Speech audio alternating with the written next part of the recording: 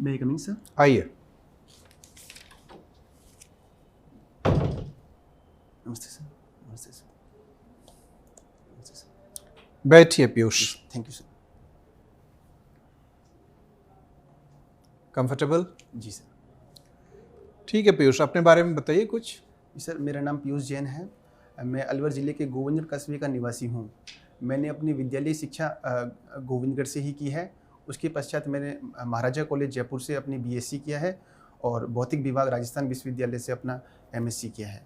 Sir, मुझे books पढ़ना काफ़ी पसंद है और मेरी साइकिलिंग मेरी हॉबी है सर। राजस्थान में 10th की परीक्षा पास करने के लिए कोई न्यूनतम आयु तय की गई है कि किसी भी उम्र में 10th की परीक्षा पास कर सकते हैं? सॉरी सर, आइडिया नहीं है।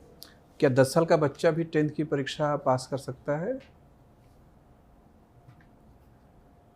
जैसे आपने शायद 13 साल की उम्र में 10th की परीक्षा पास कर ली। जी सर।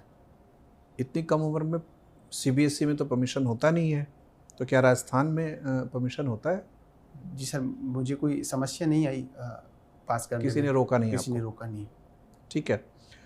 तो अभी आप कोई काम भी कर रहे हैं कि पढ़ाई के बाद सर, तैयारी एग्ज़ाम ही दे रहे मैं हैं? अभी तैयारी कर रहा हूँ सर। अच्छा, ये आपका कौन सा प्रयास है? सर, मेरा प्रथम प्रयास है। प्रथम प्रयास है। जी। तो प्रथम प्रयास में हम इंटरव्यू दे रहे हैं, जी सर। तो ये तो बहुत अच्छी बात है। फिजिक्स में आपने एमए किया है, एमएससी किया है। जी सर। क्या फ़ायदा है फिजिक्स में एमएससी करने का? प्रशासकीय नौकरी में इससे क्या मदद मिलेगी? सर, फिजिक्स से प्रशासन में बहुत मदद मिल सकती है। जैसे सर, यदि फर्स्टली देखें तो जो फिजिक्स के द्वारा मेरा साइंटिफिक टेम्पर विकसित हुआ है, जिसके माध्यम से मैं अगर कोई भी प्रॉब्लम आती है तो मैं उसका रूट कॉज तक जाके और समस्या का समाधान करता हूँ। सेकेंडली सर, जैसे हम फिजिक्स में प्रयोग करते हैं तो काफ़ी लंबा समय भी लग सकता है उसका रिजल्ट आने में। तो सर, फिजिक्स ने मुझे धैर्य रखना सिखाया है। तीसरा सर, हमको एक रिजल्ट की एक विश्वास होता है कि हमारा रिजल्ट पॉजिटिव आएगा, तो मुझे विश्वास करना भी फिजिक्स ने सिखाया है। और देखें सर, जैसे वर्तमान युग में चूँकि डिजिटलाइजेशन का दौर है, तो मैं ये मानता हूँ कि एक जैसे मैं थोड़ा डिजिटल फ्रेंडली हूँ, तो मैं अच्छे से जो गवर्नमेंट की स्कीम्स हैं उनको इम्प्लीमेंट कर पाऊँगा। अच्छा। राजस्थान में या अन्य भी प्रांतों में जैन समुदाय में एक प्रथा है संथारा, जी सर। और राजस्थान में जौहर प्रथा भी बहुत लोकप्रिय रहा है। जी सर। विज्ञान के विद्यार्थी के रूप में आप इन दोनों प्रथाओं के बारे में क्या नज़रिया रखते हैं? सर, जैसा कि जैन धर्म में संथारा प्रथा है, तो इसमें व्यक्ति धीरे-धीरे अपने जो भी सुख सुविधाएँ हैं, उनका धीरे-धीरे त्याग करता है और अंत तक मतलब जैसे कोई एक निर्जल व्रत कर सकता है या फिर अन्न जल का त्याग कर देता है, तो धीरे-धीरे सर वो अपनी सुख सुविधाओं का त्याग करता है। जबकि जौहर में जैसे राजस्थान में जौहर हुए हैं, तो जो मुख्यतः जो स्त्री होती है, वो अपनी सतीत्व की रक्षा करने के लिए जैसे प्राय जौहर कर लेती थी, आग में कूद जाना या फिर अपने जीवन लीला को समाप्त कर देना। वो तो आपने बता दिया कि क्या होता है। आपको क्या लगता है ये सब जायज़ प्रथाएं हैं? क्या इन प्रथाओं को हमें महिमा मंडित करना चाहिए, आगे बढ़ाना चाहिए, या इन्हें हतोत्साहित करना चाहिए? जी सर, तत्कालीन परिस्थितियों में ठीक थी ये प्रथाएँ, पर जैसा कि अब चूँकि सती प्रथा पे बैन है, तो चूँकि प्रत्येक व्यक्ति को अब एक जीवन का अधिकार होता है, तो मेरे अनुसार सर जो जीवन लीला समाप्त करने की जो प्रथाएँ हैं, वो समाप्त की जानी चाहिए। और यदि कोई व्यक्ति स्वेच्छा से धीरे-धीरे अपनी सुख सुविधाओं का त्याग करके एक बिल्कुल मिनिमम लाइफ़स्टाइल पे जीना चाहता है, तो उसको अलाउ कर देना चाहिए। ठीक है, आप राजस्थान के ही रहने वाले हैं। ये बताइए, राजस्थान में कितने प्रशासनिक प्रमंडल हैं? कमिश्नरीज कितने हैं? जी सर, संभाग मैं समझ नहीं पाया सर क्वेश्चन। कई जिलों को मिलाकर एक जी। कमिश्नरी बनाई जी सर। जाती है। जी सर, राजस्थान में 7 संभाग हैं, 7 प्रशासनिक संभाग प्रमंडल हैं। ठीक है। जी। नाम बता सकते हैं? जी सर। जी सर, जयपुर, अजमेर, कोटा, भरतपुर। जयपुर और अजमेर अलग अलग संभाग हैं? जी सर। ठीक है। भरतपुर, बीकानेर, जोधपुर। ठीक। पीयूष, जी सर। पीयूष का मतलब क्या होता है? जिसे पीयूष का मतलब अमृत होता है। आपके जीवन का अमृत क्या है? सर मेरे जीवन का अमृत है कि एक संतुष्टि प्राप्त करना, मतलब कोई भी कार्य है यदि उसमें मैं संतुष्टि प्राप्त करता हूँ तो सबसे बड़ा अमृत मेरे लिए वही है। तो यदि करते हैं तो अभी तक आपको संतुष्टि मिली है कभी? जी सर, मेरे को कई बार संतुष्टि मिली है। एक बार सर मैं कॉलेज टाइम में कहीं जा रहा था तो एक प्रेग्नेंट वूमेन को ब्लड की ज़रूरत थी। मेरा ओ पॉजिटिव है सर, तो मैं तत्काल वहाँ उनको ब्लड डोनेट करके आया, तो मेरे को उस टाइम बहुत संतुष्टि महसूस हुई थी। लेकिन लोग ये कहते हैं कि अक्सर संतुष्ट व्यक्ति जो होता है वो प्रगतिशील नहीं होता, वही रुक जाता है वो, क्योंकि उसका आनंद लेने लगता है। जैसे ब्लड डोनेट करके आपको अच्छा लगा तो आप डोनेट करते रहिए ब्लड। नहीं सर, मुझे जैसे संतुष्टि मिली है तो मैं और ज़्यादा प्रोत्साहित हुआ हूँ कि मुझे और अधिक करना चाहिए। ये सर मेरे को स्लाइटली थोड़ा सा मेरे को खुशी मिली है, उस खुशी को मैं और बढ़ाना चाहूँगा। तो प्रशासन में आके कैसे बढ़ाएंगे उस खुशी को? सर प्रशासन में आके जैसे यदि मैं अपने प्रशासनिक कार्य को बेहतर ढंग से करता हूँ और मेरे को एक मतलब आप हर काम में संतुष्टि ढूंढ लेते हैं? जी सर, जी सर, यदि मैं अपने मेरे को अंदर से लग जाता है कि मैं इसमें बेस्ट किया है तो मैं प्रफुल्लित होता हूँ और मैं उसको और बेस्ट करने का प्रयास करता हूँ। तो जो बेस्ट हो ही गया तो और क्या बेस्ट करेंगे? सर बेस्ट की कोई परिभाषा नहीं है, ये मतलब किसी भी चीज़। अच्छा ठीक है, ये बताइए कि राजस्थान हाई कोर्ट कब बना था? सर एग्जैक्टली याद नहीं है, पर 1949 के आसपास, 1949 के आसपास बना था। अच्छा ठीक है। पहले चीफ जस्टिस कौन थे यहाँ के हाई कोर्ट के? श्री एस के घोष। पक्का? Yes sir. अच्छा, पहले चीफ मिनिस्टर कौन थे राजस्थान के? श्रीमान हीरालाल शास्त्री। और राज्यपाल? श्रीमान गुरुमुख निहाल सिंह। अच्छा, किसी व्यक्ति को अलवर जाने से क्यों बचना चाहिए? अलवर आपका होम डिस्ट्रिक्ट है। जी सर। क्यों उसको नहीं जाना चाहिए अलवर? सर अलवर बिल्कुल जाना चाहिए। अलवर तो बहुत अच्छी जगह है, बहुत अच्छा। नहीं जाने के क्या बहाने हो सकते हैं? आपका जिला है तो जाहिर सी बात है अच्छा तो होगा ही। जी सर। है ना, लेकिन नहीं जाने के क्या बहाने हो सकते हैं? सर मेरे हिसाब से अलवर बहुत अच्छा है, जाना चाहिए। यदि कोई नहीं जाना चाहता तो एक एक्सक्यूज दे सकता है कि वह पॉल्यूशन थोड़ा ज़्यादा है, तो उस वजह से। पॉल्यूशन क्यों ज़्यादा है? सर दिल्ली एनसीआर में, चूँकि अलवर दिल्ली एनसीआर में आता है और वहाँ पे ब्रॉडली में सर कई कारण हैं पॉल्यूशन के। जैसे सर वहाँ पे उद्योगों का एक औद्योगिकरण बहुत तीव्र गति से हुआ है। इसके अलावा सर जैसे वहाँ पे आसपास के क्षेत्रों में पराली की एक समस्या है, जो पराली जलाई जाती है उसके कारण वहाँ पॉल्यूशन होता है। एक सर वहाँ पे जो। ठीक है, तो आपके हिसाब से पराली का मैनेजमेंट कैसे किया जा सकता है ताकि पोल्यूशन ना हो? सर कई प्रयास किए भी जा रहे हैं। जैसे दिल्ली गवर्नमेंट ने एक कोई केमिकल खोजा है ताकि वो अगर यदि हमने खेतों में उनको डाल दिया तो ऑटोमेटिक खाद बन जाएगी। पर सर मैं ये मानता हूँ कि यदि जैसे पराली का यदि सरकार क्रय कर लेती है और रिवर्स में उनको खाद बना के दे देती है तो इससे अच्छा मतलब ये बेहतर सॉल्यूशन हो सकता है। आप फिजिक्स के विद्यार्थी हैं? जी सर। एक तरंग होती है लॉन्गिट्यूडनल, यस सर। एक अनुदैर्ध्य होती है, एक अनुप्रस्थ होती है, दोनों में दो अंतर बता दीजिए। सर अनुदैर्ध्य तरंग में जो माध्यम के कण हैं वो मतलब तरंग की गति, माध्यम के कण तरंग के दिशा में ही गति करते हैं, जबकि जो अनुप्रस्थ तरंगें होती हैं उसमें जो तरंग है वो माध्यम की लंबवत दिशा में गति करती है। अनुदैर्ध्य तरंग में सर जैसे मैं अभी आपसे वार्तालाप कर रहा हूँ तो ये एक अनुदैर्ध्य तरंग के रूप में जा रहा है, और जबकि अनुप्रस्थ तरंग में जैसे प्रकाश तरंगें होती हैं ये अनुप्रस्थ तरंगें होती हैं। ठीक है पीयूष जी सर। धन्यवाद सर। पीयूष जी। जी सर। ये बताइए, आप जैन धर्म में एक श्वेतांबर सुना होगा आपने, एक दिगंबर सुना? जी सर। क्या डिफरेंस है दोनों में? सर जैन धर्म और उनकी सर लाइफ स्टाइल में थोड़ा सा स्लाइटली डिफरेंट है। जैसे जो जैन साधु, जो दिगंबर जैन साधु होते हैं वो दिक प्लस अंबर मतलब वो नग्न रहते हैं, जबकि जो श्वेतांबर होते हैं वो श्वेत वस्त्र धारण करते हैं। सेकंड सर जो दिगंबर होते हैं उन्होंने महावीर को वो एक भगवान के रूप में मानते हैं, तीर्थंकर के रूप में मानते हैं, जबकि जो श्वेतांबर होते हैं वो महापुरुष के रूप में उनको मानते हैं। क्या कारण है कि भारत में आज बौद्ध धर्म विलुप्त के कगार पर है और जैन धर्म अभी भी है? जी सर, बौद्ध धर्म का जो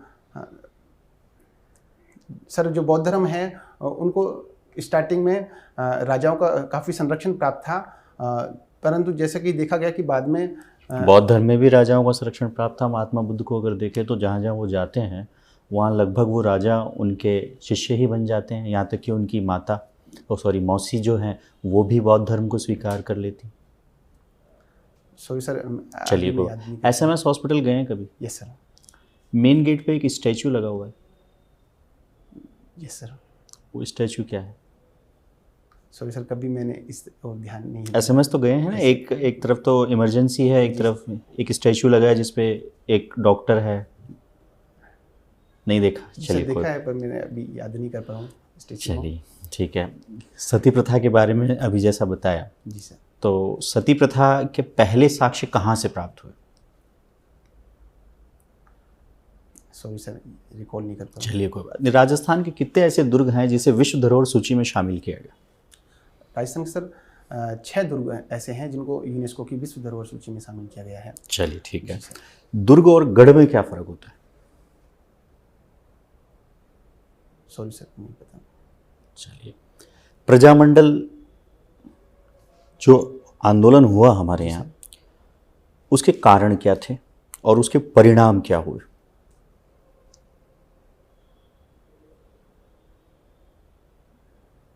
सर, प्रजामंडल का जो मुख्य कारण ये था कि कोई भी यदि जैसे जो एक प्रशासनिक व्यवस्था है उसको सुदृढ़ करना, उसको एकीकृत करना। जैसे सर राजस्थान में काफ़ी जैसे अलवर प्रजामंडल, जयपुर प्रजामंडल ये हुए हैं, इन्होंने सर जो राजस्थान का एकीकरण है उसमें अपनी एक नींव के रूप में काम किया था। अच्छा, भारत जब आज़ाद हुआ उस समय भारत के सामने क्या क्या समस्याएं थी?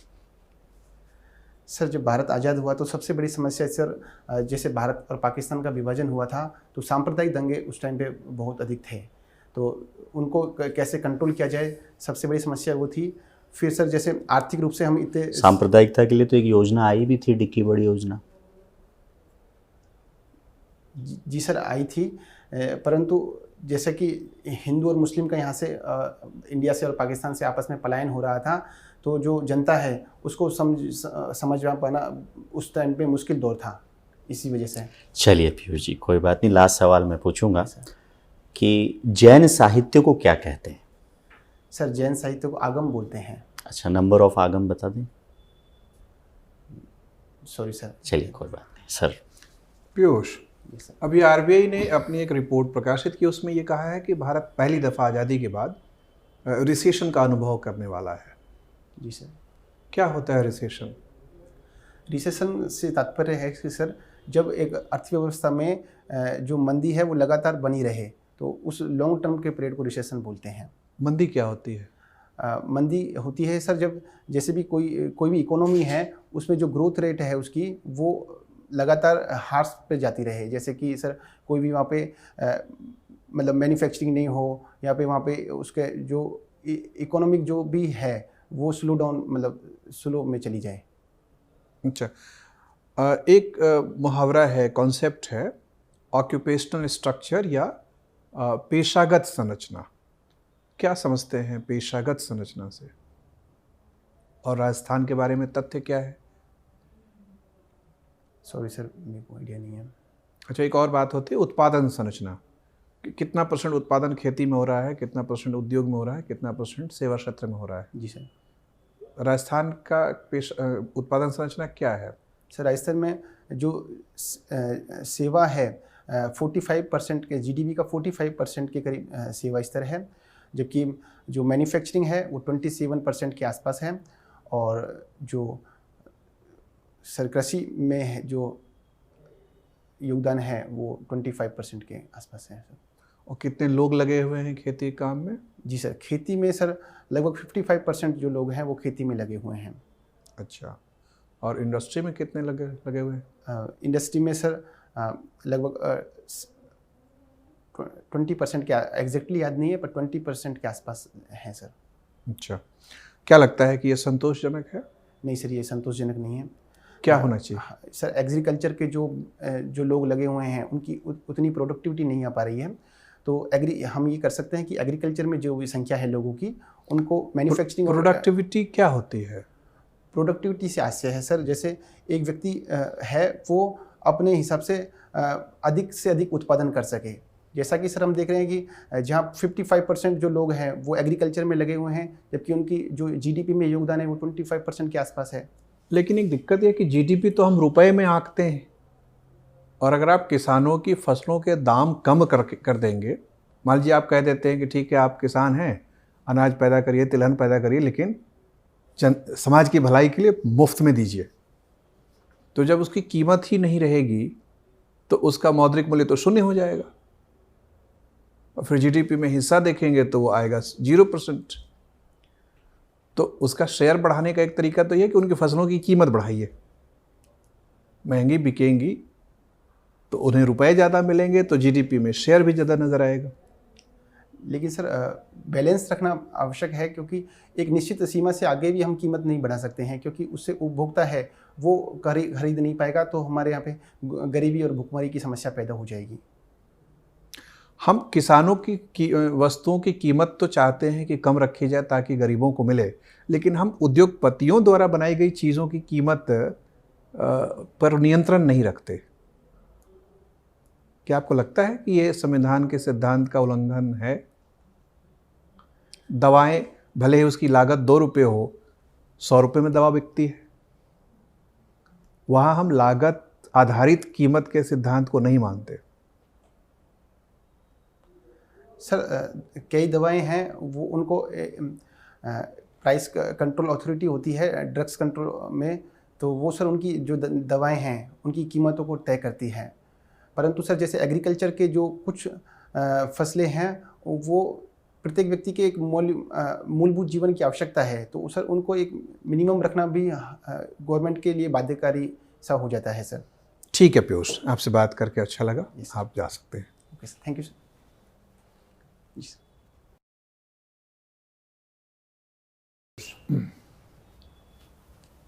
कैसा तजुर्बा? सर ठीक रहा। क्या क्या पॉइंट्स हैं जो सही हैं, कहाँ कहाँ आपको लगता है कि थोड़ी और बेहतर हो तो अच्छा रहेगा? बेहतरी की गुंजाइश कहीं दिख रही है? जी सर, जैसे एक तो प्रजामंडल वगैरह के बारे में मैं अच्छे से नहीं बता पाया, और एक समय को लगा कि हल्का सा थोड़ा सा मतलब मैं कॉन्फिडेंस पूर्वक नहीं बोल पाया। हाँ, ये बात सही है कि आप थोड़े से सहमे हुए नजर आ जी रहे सर। हैं, तो अपने आप को थोड़ा सा खोल के रखिए। जी सर। कॉन्फिडेंट फील करने का एक तरीका ये है कि आप बैठे ही बढ़िया से, मतलब आराम से बैठे, थोड़ा पीछे जाइए। जी सर। हाँ, थोड़ा सहज होकर बैठ जाइए। अच्छा। थोड़ा रिलैक्स पोस्चर में बैठते हैं, लापरवाही भी नहीं दिखानी है, लेकिन रिलैक्स पोस्चर में दिखते हैं तो आप सहज रहते हैं। जी सर। तो थोड़ा सहज महसूस करिए, क्योंकि थोड़ी एंजाइटी दिख रही थी आपके हैंड मूवमेंट में, और ये लगातार आप कुछ ना कुछ अपनी उंगलियों से जी सर कुरेद रहे थे दूसरी उंगली को, तो ये आपके हाथ ऐसे रखने होते हैं। हाँ। या फिर ऐसे ऐसे ऐसे रखें या ऐसे भी रखें, लेकिन स्टेबल रखें। जी सर। मतलब उसमें हाँ, क्योंकि वो नज़र बार बार खींचती है, जी सर। अटेंशन टूटता है, ध्यान भंग होता है, तो वो ना करें। और आई मूवमेंट भी था जो कि आप अवॉइड करें। जैसे अभी मैं आपसे बात कर रहा हूँ, जी सर। आपकी नज़र कभी उधर जा रही है, कभी इधर जा रही है, जी सर। वो ज़रूरी नहीं है। आप जिससे बात कर रहे हैं मुख्यतः आप उन्हीं को देखें। जी सर। कभी कभी 1-2 मिनट के बाद लगे कि एकदम से वो छूट से रहे हैं, तो ऐसी ही हल्की नज़र, लेकिन बहुत फ्रीक्वेंटली देखने की ज़रूरत नहीं है। जी सर। लेकिन अन्यथा बाकी सारी चीज़ें अच्छी हैं, पॉजिटिव है।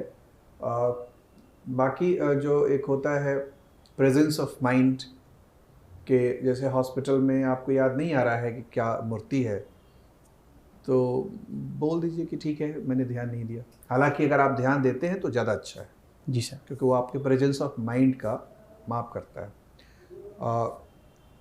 ठीक है, लेकिन कुल मिला के अच्छा है। तथ्यों पर थोड़ा सा ब्रश करिए, 20-25 दिन अभी वक्त है। जैसे रिसेशन मैंने पूछा तो आपने कहा कि मंदी अगर लंबी चले तो उसको रिसेशन कहते हैं। जी। ये तो कोई मतलब नहीं निकला, रिसेशन को हिंदी में मंदी कहते हैं, तो मंदी लंबी चले तो मंदी कहते हैं, रिसेशन कहते हैं, ऐसा नहीं है, उसका एक ठोस परिभाषा है। जी सर। तो वो आप तसल्ली कर लीजिए कि अगर आपको ठीक ठीक पता है तो उसको ऑब्जेक्टिविटी के साथ बताएं, और ये चूँकि बहुत कॉमन टर्म हो गया है तो पता होना चाहिए। जी सर। लेकिन कुल मिला के अच्छा है आपका, इम्प्रेशन अच्छा दिख रहा है, लग रहा है कि आप प्रशासक के रूप में अच्छी उपस्थिति भी दर्ज करेंगे और अच्छा कार्य करेंगे, ऐसी उम्मीद बन रही है आपको देखकर। लेकिन अपने फॉल्ट लाइन मत खोलने दीजिए, तो जितना वक्त है उसमें तैयारी करिए अच्छे से। और सर जैसे मैं किस किस मतलब मेरी, और जैसे एक तो कॉन्फिडेंस पे मैं वर्क कर लूँगा, और क्या एक तो कॉन्फिडेंस लेवल थोड़ा सा सहज रखिए। Yes sir. दूसरा ये है कि राजस्थान के विभिन्न पहलुओं पर, राजस्थान में जैसे 1857 का रिवॉल्ट है, प्रजामंडल नाम में ही पता चल रहा है, प्रजा यानी जनता, मंडल यानी संगठन। क्यों आया? राजनीतिक अधिकारों के लिए तो आया। तो ये तो आपको सोचना, राजनीतिक अधिकार, आपके राजनीतिक अधिकार क्या है? कोई भी पूछे तो वोटिंग है ना आपका राजनीतिक। जी सर। कैसे पता चला? एजुकेशन के माध्यम से। ये कॉन्सेप्ट है, इसको थोड़ा सा ध्यान में। जी सर। सर ठीक है, तो जितना डाइवर्स हो, जैसे राजस्थान के विभिन्न राज्य संभाग के जो लीडिंग इशू है उसका एक लिस्ट बना लीजिए। जैसे आप जिस जिले से आते हैं, एक तो सवाल वो आ सकता है, लेकिन वो जिला किसी संभाग में है तो संभाग के कुछ कलेक्टिव इश्यूज भी हो सकते हैं, कॉमन इश्यूज। जी सर। वैसे ही सातों संभाग के अपने कुछ कुछ इश्यूज हैं, अच्छी बातें हैं और कमज़ोर बातें, और उस पर काम करिए। क्योंकि वक्त है तो इम्प्रूव करने को। सर जैसे आपने बोला था कि अलवर क्यों नहीं आना चाहिए, तो उसका क्या जवाब देना चाहिए था? देखो, अलवर क्यों नहीं आना चाहिए, ये क्वेश्चन ये नहीं है कि मैं जाना चाहूँ तो मैं तो जाऊँगा ही। जी। आपसे इसलिए पूछा जाता है क्योंकि कई बार चीज़ें ऐसी होती हैं कि दोनों नज़रिए आपके पास है कि नहीं है। जी सर। आप में कमियां भी होंगी, तो आप ये नहीं कह सकते ना, मैं जैसे आपसे कमी पूछूं तो आप ये नहीं कह सकते कि मेरे में कमी ही नहीं है, कमी तो कोई है ही नहीं, और 2-3 बार 4 बार 5 बार ये नहीं कह सकते। जैसे पॉल्यूशन आपने बताया, जी। ठीक है, एक वजह है। जी सर। क्राउडेड बता दीजिए, एक वजह है। कनेक्टिविटी की अगर प्रॉब्लम है तो एक वजह है। पानी की प्रॉब्लम है तो एक वजह है। बस ऐसा नहीं, इसको दिल पे नहीं लेना कि हमारे अलवर में कोई क्यों नहीं आएगा, ऐसा दिल पे नहीं लेना है। जी सर। हाँ, उससे ये पता लगता है कि आप और इम्प्रूवमेंट के लिए अपनी नज़रें खुली रखते हैं। जी सर। कि मुझे कहाँ कहाँ काम करके इम्प्रूव करना है। ठीक है, चलिए, ऑल द बेस्ट। सर जैसे कितने नंबर आप मेरे को देना चाहेंगे सर 100 में से? हम नंबर तो ऐसे बताते नहीं, लेकिन 100 नंबर में जैसे मैं सर आपको और इम्प्रूव करूँगा फिर मैं उसके हिसाब से। मोटे तौर पर 2/3 के आसपास आप पहुँचेंगे। Yes sir. लेकिन आप में चूँकि गुंजाइश दिख रही है अच्छी, तो आप काम करेंगे तो और बेहतर होगा। Yes sir. ठीक है, ओके सर। ठीक है, thank you sir. All the best. Okay sir, thank you.